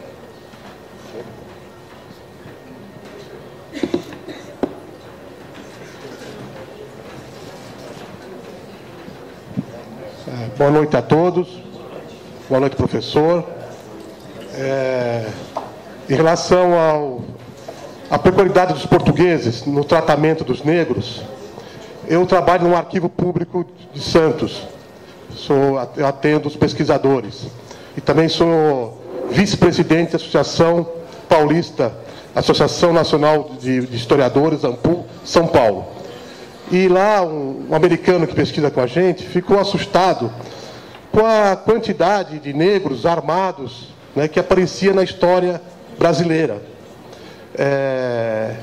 Então mostra que os portugueses tinham um tratamento, um jogo, né, para poder de dominação, né, para incorporar esses trabalhadores negros, essas populações negras. E o que também me chamou a atenção no seu livro, O Trato dos Viventes, foi a invenção do mulato, né, que é dessa invenção, né, que eu queria que o senhor se aprofundasse, falasse um pouco mais sobre a invenção do mulato.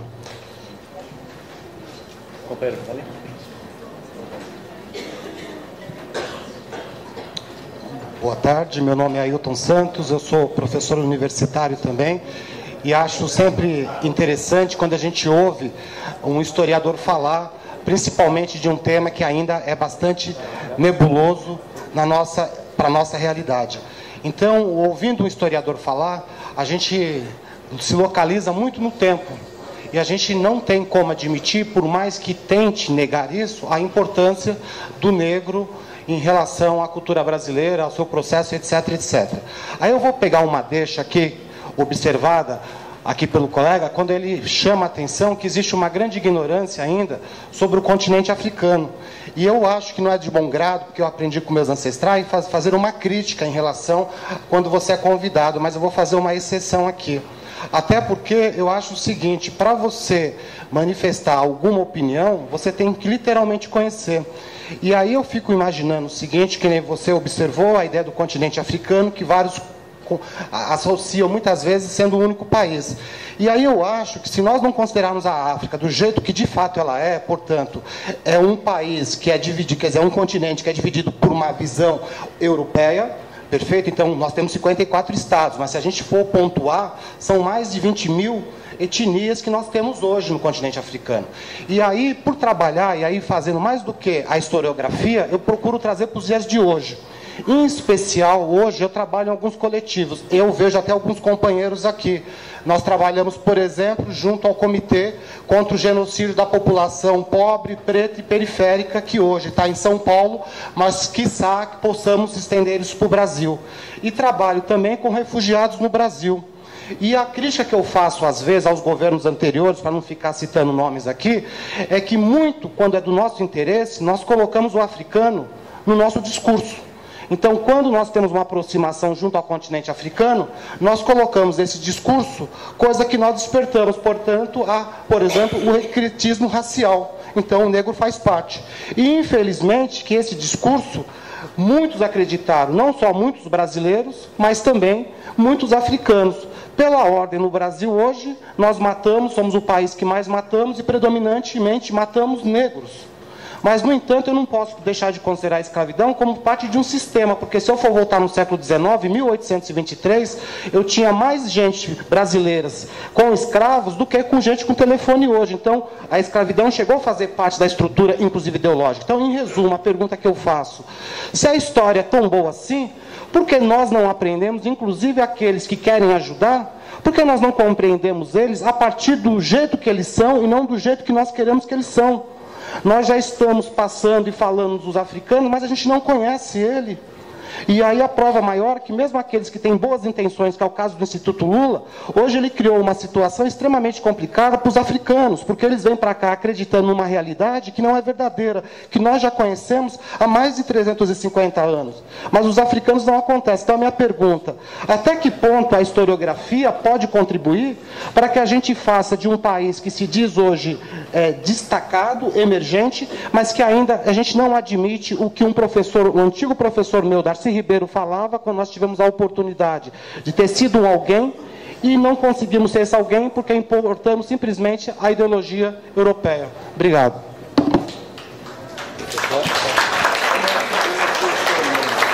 Quer falar agora?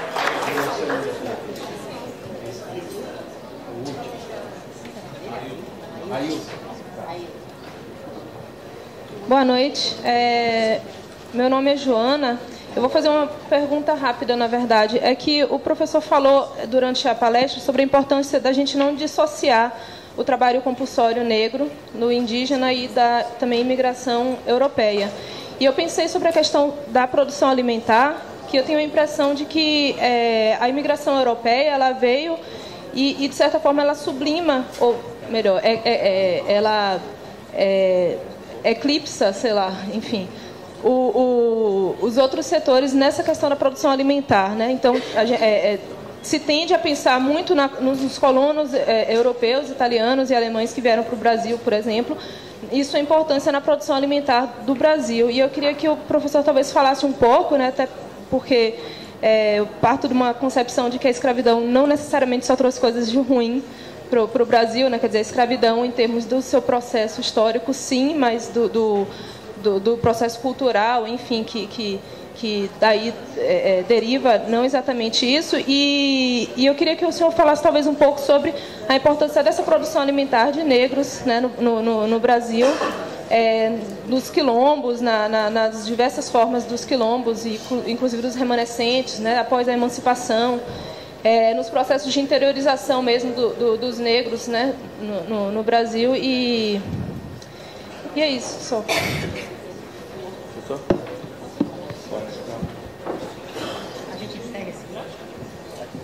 Só um segundo. Então, a gente está encerrando aqui o bloco a sessão de perguntas. É que tinha mais uma... Tem dois... Ih, agora tá... Não sei como é que está o tempo do professor aqui. Eu só queria fazer uma constatação, né, que onde o professor estava falando dos bancos aqui, eu pensando, bom, os bancos continuam o mesmo, né? Onde tem exploração, tem banco, né? Financiando, se aproveitando, se apropriando, né? Expropriando, enfim. Onde tem exploração, tem banco e eles continuam iguais. A gente tem uma mesa temática, uma mesa de negociação, né, com os bancos sobre uma mesa que discute a questão da igualdade na categoria. E a discussão de raça está, obviamente, presente na nossa categoria, porque a gente tem 18% no quadro de funcionários dos bancos no Brasil, tem 18% de negros. E na Bahia, que é uma cidade, Salvador, que é uma cidade, né, majoritariamente de negros, você tem 12% de negros no quadro de funcionários dos bancos, né? E a gente discutiu recentemente, né, nós aprovamos na nossa conferência que tinha que ter cota, que tem que aumentar. Ano que vem nós vamos fazer um mapa da categoria, mapa de igualdade, um retrato para mostrar que de 2008 para cá, na nossa percepção, não mudou nada, né? A gente fez um retrato em 2008 O retrato mostrou que era apenas 18% de negros, e a gente vai fazer um novo retrato ano que vem, e na nossa percepção isso não vai mudar muito, esse quadro, infelizmente. Por isso que nós estamos cobrando dos bancos que a cota, e os bancos são terminantemente contra fazer cota na categoria. Bom, enfim, eu estava constatando, lembrando aqui o professor falando dos bancos, eu falando, bom, não mudou nada, né? Eles continuam iguais. A outra questão é assim, nós tivemos aqui, assim, esse é um tema que está bem presente aqui no nosso sindicato, e a gente fez recentemente um intercâmbio, né? Está falando de relações Brasil-África, está me lembrando aqui que nós temos um intercâmbio com Angola. A gente foi para Angola com alguns dirigentes sindicais para, né, conhecer e conversar um pouco sobre, eles queriam falar da nossa formação, processo de formação da categoria. E também eles estiveram recentemente aqui, agora no mês de abril, aqui no Brasil, também para conhecer a atuação do movimento sindical, as nossas pautas, né? Porque, enfim, acho que tem tudo a ver aí, a quantidade os números que o senhor falou aqui mostram a importância da gente estar pautando esse tema, da gente estar discutindo, né? Tanto na mesa de negociação, quanto fazendo essa relação e essa integração. O professor pega as últimas duas, o senhor fala todas de uma vez e encerra. O senhor... Fazer o seguinte, as duas últimas inscrições do companheiro aqui de azul e da Salete, daí ele vai responder todas. Tem mais uma aqui? Então você já fica aqui, ó, bem objetivo e rápido, porque nós estamos com limite de tempo. Aqui o professor dá uma resposta só, tá bom? Boa noite a todos. Meu nome é Cuti, eu sou escritor. Professor, a minha pergunta é direta. O poeta Oliveira Silveira diz o seguinte, num poema curto, chamado Ser ou Não Ser: o racismo que existe, o racismo que não existe. O sim que é não, o não que é sim. É assim o Brasil ou não? A minha pergunta é, qual é a relação entre escravidão e racismo?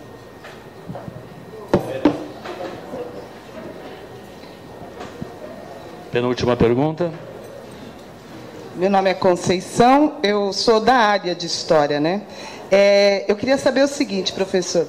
A gente tem, pelo que foi colocado aqui, parece que não tem, mas a gente tem uma extrema produção acadêmica relativa à África, à escravidão, tanto no Brasil quanto na África, inclusive em história da África, que já existia antes da escravidão, que também parece ser um outro ponto muito esquecido aqui.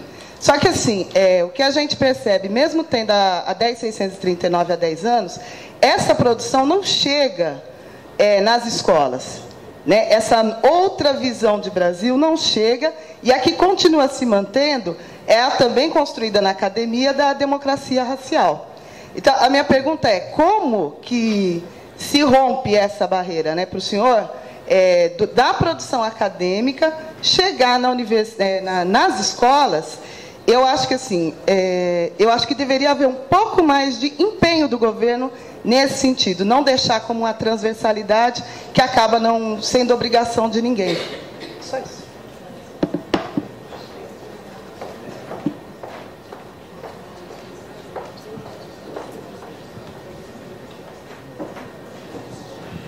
Meu nome é Salete, eu estou querendo saber como é que o senhor, como historiador, acha que a história irá contar essa história do Brasil agora, nesse caminho, na outra mão, indo para a África. Bom, professor. Eu vou começar, então, na ordem de quem falou. O Abílio estava citando Machado de Assis e essa transformação do personagem. Para voltar de novo, isso acontece o tempo todo. Na época do Machado também. Tinha gente que, quando ia honrá-lo, dizia que ele era um grego ateniense. É uma frase célebre. E, na época. E o Banco do Brasil, para voltar de novo aos bancários, nos anos 80, fez uma propaganda sobre quem fabricou o Brasil. Era um navio chegando em Santos, onde estavam todas as culturas que tem o Brasil, só não tinha negro. E houve um protesto do movimento negro aí, eles mudaram o anúncio também. Quer dizer, você tem que ficar o tempo todo atrás. Semana passada teve um supermercado aí que botou um negro acorrentado segurando o pão. Uma estátua, né? Uma estátua. Mas, enfim, esse tipo de coisa tem que estar o tempo todo. Eu queria lembrar aqui alguém que é uma personagem fundamental nesse sindicato, porque eu tenho grande respeito, o Guxiquem, que quando era constituinte também, teve uma novela que chamava Brega Chique, não sei se você lembra, onde tinha uma das atrizes criticando uma amiga que ia se mudar do Rio para São Paulo, disse: vai mudar para São Paulo, morar num lugar que chama Itaim Bibi, que é uma coisa de carioca, e vai se casar com um japonês. O Guxiquem, que era constituinte, interpelou a Globo e a novela e recuaram. Por que eu estou falando isso? Porque isso tem que ser feito o tempo todo. Porque a coisa esse racismo insidioso, ele está presente o tempo todo e tem que assustar mesmo, tem que cobrar. Não pode falar isso, você não pode falar isso, você não sabe o que está falando, é falso e falta... Entende? Tem que haver esse tipo de coisa, eu acho que faz parte da consciência cívica. E a democracia brasileira fica mais forte com isso, não é só o movimento negro. O movimento negro se afirmando, ele muda a escala da relação social no Brasil também. Porque ele é uma maioria, ele é uma minoria política, mas ele é uma maioria social e cultural. Então, eu acho que isso muda a hierarquia no Brasil também. Por isso que eu digo, eu sou a favor das cotas por causa da democracia no Brasil. E foi o sentido da minha tomada de posição. Eu tive a honra de ser convidado para defender a Fundação Palmares no processo sobre as cotas no Supremo, representar, não defender, representar. E o argumento era esse. A questão da dívida histórica é uma questão complicada, mas você tem que defender a questão da cota porque é bom para a democracia brasileira será sempre incompleta se ela não tiver uma representação das comunidades que a formam e principalmente da comunidade negra, que é a comunidade principal.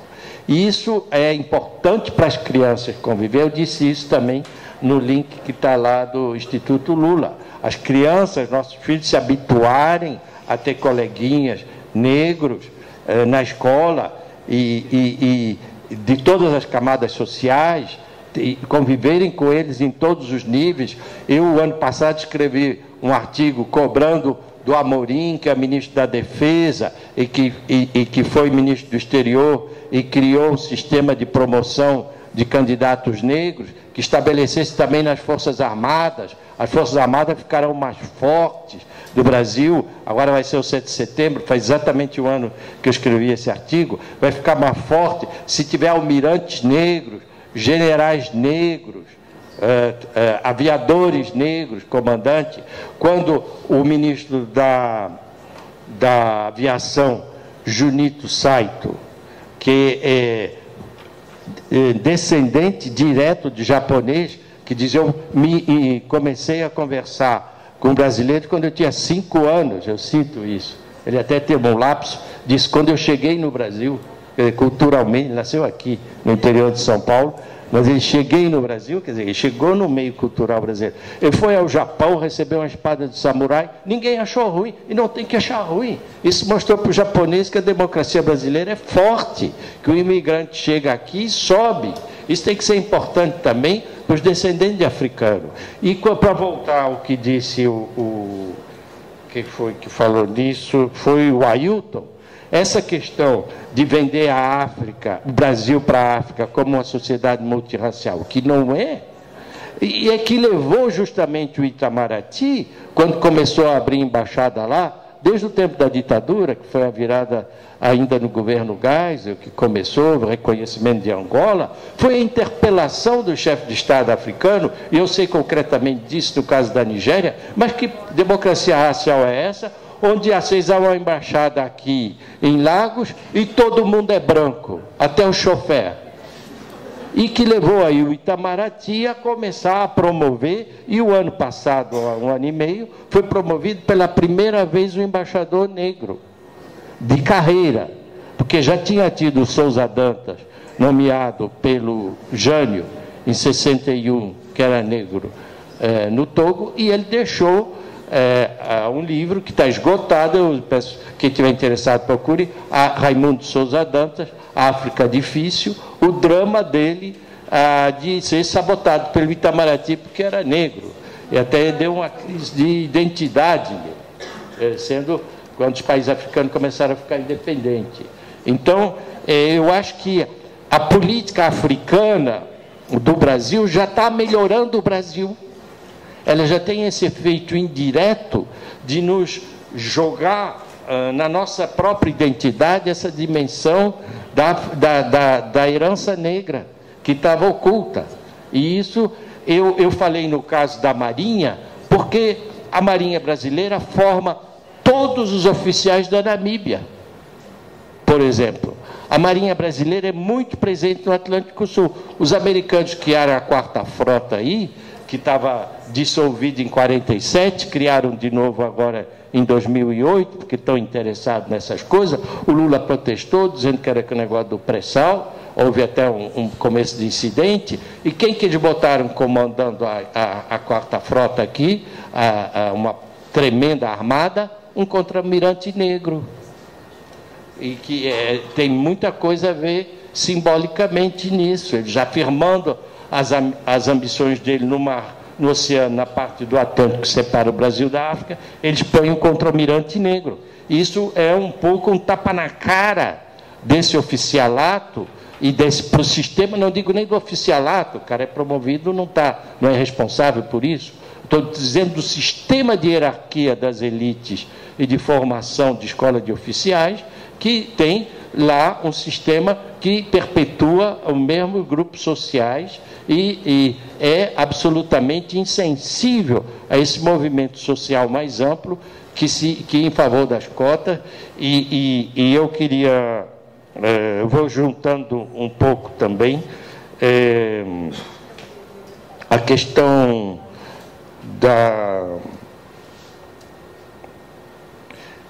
agora a questão da Joana, eu espero não ter esquecido ninguém, Roberto Carvalho, Abílio e a Joana.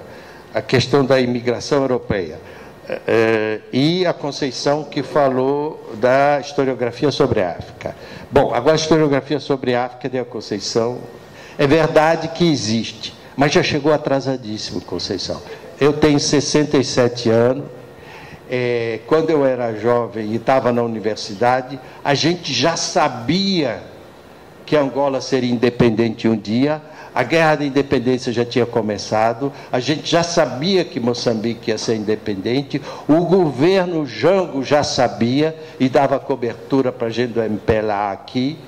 A documentação sobre a história desse país está em língua portuguesa, ela era dada de presente aqui para as universidades brasileiras, só quem não sabia eram os professores universitários do Brasil e das universidades todas, que não formaram ninguém em história da África durante 30 anos e 40. E aí agora pega o trem em marcha, sobe no bonde andando, quando aparecem os postos das universidades, aí aparece especialista da África em cada esquina para se candidatar nesse posto, que não tinha, entendeu? Então, agora está acontecendo uma outra coisa no outro domínio com a China. A gente não tem nada a ver com a China, só que a China é o maior parceiro comercial do Brasil, ponto. Antes era Portugal, todo mundo sabia onde ficava. Depois veio a Inglaterra, todo mundo sabia o que era. Depois os Estados Unidos, parceiro comercial. Agora é a China, ninguém sabe nada da China. Não tem um professor especialista da China no Brasil. No especialista da China que eu entendo, é o sujeito que vai para Xangai, compra o jornal na esquina e vai ver o filme lá do Harry Potter em mandarim. Não é um sujeito que lê jornal americano e inglês, porque aí eu também sou especialista da China e nós todos viramos especialistas. Especialista é quem fala a língua principal da China e que se entende com chineses e aparece fora do Brasil como especialista da China. Porque ser especialista, com todo respeito, numa universidade aí sumida do Brasil, aí também tem muito aí especialista de tudo, não é? Eu quero ver se confrontar no Itamaraty, que tem a reputação de ser a melhor parte da administração do Brasil. Eu mexi lá um pouco com os diplomatas lá em Paris que se mexeram, e, para saber, tem 4 embaixadores e gente com estatuto de ministro. Como vocês sabem, ministro no Itamaraty é vice-embaixador, é o posto antes de ser embaixador. 4 só que sabem mandarim, 4. Entre 300 ou 400 embaixadores que eles têm, a gente aposentado de outro. Quer dizer, é o fim do mundo. Há um atraso da universidade, aí volta o negócio do ensino secundário. O ensino secundário paga o pato disso, não é? E é um problema que a lei aí no Brasil é uma lei exemplar, a lei criada em 2003 para criar o ensino, mas a formação de professores e tal, e biblioteca é muito deficiente. Agora, mas isso no Brasil é assim, não dava para primeiro formar as pessoas. Ao mesmo tempo que eu estou criticando, eu compreendo. Tem que primeiro criar os empregos e depois formar as pessoas.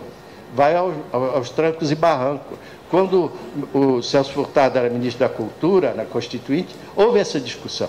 E tinha um grupo que achava, não, vamos primeiro formar gente e depois torna obrigatório. Eu fazia até parte desse grupo, que achava que isso podia até virar uma espécie, uma aula mal dada sobre a África, virar uma espécie de estorvo para o estudante do secundário e dar até uma aversão a eles, ser uma coisa obrigatória que era uma aula mal explicada. Porque não adianta nada ser especialista da África, senão nos torna menos racista. Os racistas africanos, africaner, eram grandes especialistas da África também, entendiam tudo, mas para ferrar os africanos, não é? Na África do Sul.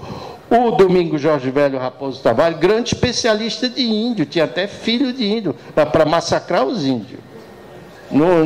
O conhecimento não é uma arma de igualdade, o conhecimento tem que vir acompanhado da luta política. É isso que torna as pessoas inteligentes, é a luta política. E eu acho que não pode ter essa ilusão de achar que formar gente resolve, tem que batalhar também, não é? Politicamente. Se eu deixei alguém aí de lá... A literatura, suas inspirações. Bom, a literatura, isso tem um movimento grande, tem prêmio Nobel, a escritora americana que escreveu Beloved, como é que se chama? Toni Morrison, que é típico disso. Aliás, eu queria chamar a atenção também, a Toni Morrison é uma coisa exemplar, Beloved, amada, né, que se chama em português, que é importante, porque ela mostra a coragem solitária de uma mãe, não é? Isso é uma coisa que também é importante levar em conta. É importante no Brasil existirem heróis negros, e Zumbi é nome do aeroporto em Alagoas, inventaram uma estátua dele, até com o rosto que não é dele, que ninguém nunca viu, mas isso acontece em outros países também. Ninguém sabe o rosto da Jeanne d'Arc, lá na França, Joana d'Arc, está cheio de estátua dela, não é? Mas isso é assim. De repente, simbolicamente, tal lugar ou tal pessoa vira um símbolo. Mas é importante saber que a escravidão era combatida por muita gente, inclusive por mães que preferiam abortar para não ter filho escravo, mães escravas. A gente sabe disso, está na documentação. Inclusive para o cara que passava o pé no chão do chiqueiro, para ter bicho do pé, para não trabalhar, para sabotar a produção. Ou que se mutilava, há todo tipo de resistência solitária, anônima, que no final do sistema sabotou muito a escravidão. Sabotar vem da palavra francesa sabot, que quer dizer tamanco, que era quando os operários na fábrica, para protestar, enfiavam o tamanco na cadeia da fábrica para parar a máquina, viu o cara, estiravam e aí tocava de novo, não sabia o que tinha havido. Isso é que vem de sabotagem. Você travava a máquina e depois botava o tamanco no pé. E isso é um tipo de ação que é uma ação discreta, e isso tinha. Não é só guerreiro combatendo. É muito difícil ser guerreiro e combater. As pessoas não tinham toda essa oportunidade, entende? É por isso que eu lembrei, a literatura é uma arma importante para retraçar esse tipo de situação também.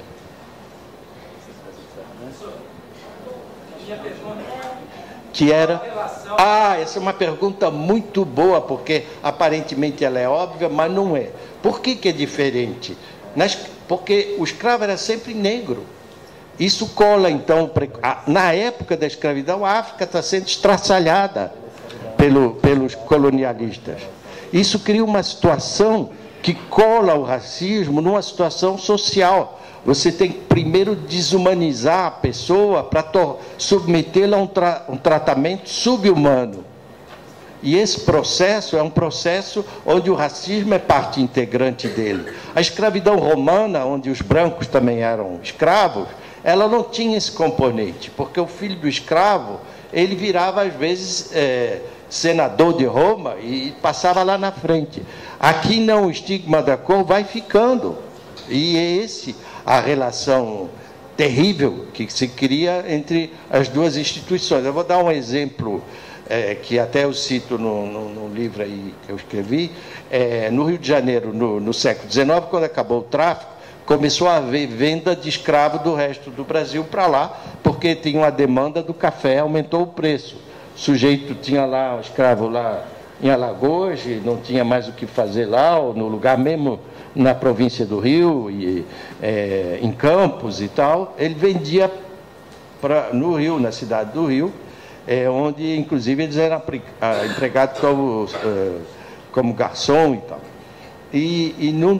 Aí tinha um anúncio do Jornal do Comércio na época, dizia, ontem no mercado municipal um drama muito grande, que era o fato de ter lá um sujeito chorando, branco, e dizendo, eu sou escravo. Por que ele era escravo? Porque ele é filho, neto, bisneto, tataraneto de alguém lá atrás que foi estuprado por um branco e foi aquilo e ficou como a gente hoje, como a média da população brasileira que não é negra. E ele era escravo porque quem é filho de um escravo é proprietário, é escravo também. Imediatamente aquilo causou um tal tumulto no mercado, que tem um branco escravo, que se fez uma vaquinha e se aforreou o cara, porque aquilo era uma bomba ali, podia haver uma subversão, quer dizer, o racismo era um suporte da escravidão. E todo esse drama, o sucesso da Escravizaura, um romance fuleiro, que vira na televisão um sucesso mundial, não é? Porque passa na China, na Bessarábia, o Raico Esparta, está lá passando, você chega lá, está a Escravizaura. Em todos os países, é essa tensão que existia na sociedade brasileira, no século XIX, e que a novela consegue transmitir. Você está indo bem bom, mas você você é mercadoria lá atrás. Você não está sabendo, porque tem o direito de propriedade em cima. Isso é uma coisa terrível e tem a ver, sim, com a construção do racismo moderno, contemporâneo no Brasil. Acho que tem a da Salete, professor, é isso? Que era... Como é que a história vai contar? Não, aí eu respondi um pouco quando eu disse que a história não dá conta sozinha de mudar o jogo. A história como aquilo que eu estava falando a respeito da pergunta da Conceição. Eu vou voltando ao fato que os bandeirantes que massacravam os índios conheciam bem os índios. Falavam tupi, falavam mal português. Eles estavam totalmente assimilados àquela cultura. E era para escravizar, não é? Eu acho que é a luta política que muda. A história simplesmente dá pistas aqui e ali, vai para o combate. Mas eu acho que esse site que eu mostrei, que é um site de centenas de historiadores que colaboraram, do Slave Voyage, essa coisa de dizer o Rio de Janeiro é o maior porto negreiro das Américas, das 3 Américas, isso é uma coisa cachapante. O Rio de Janeiro é onde tem a maior concentração urbana de escravos do mundo moderno. É algo importante, se não dá para esconder isso. Eu acho que isso é importante. Muito bem, queria pedir aqui uma salva de palmas para o professor.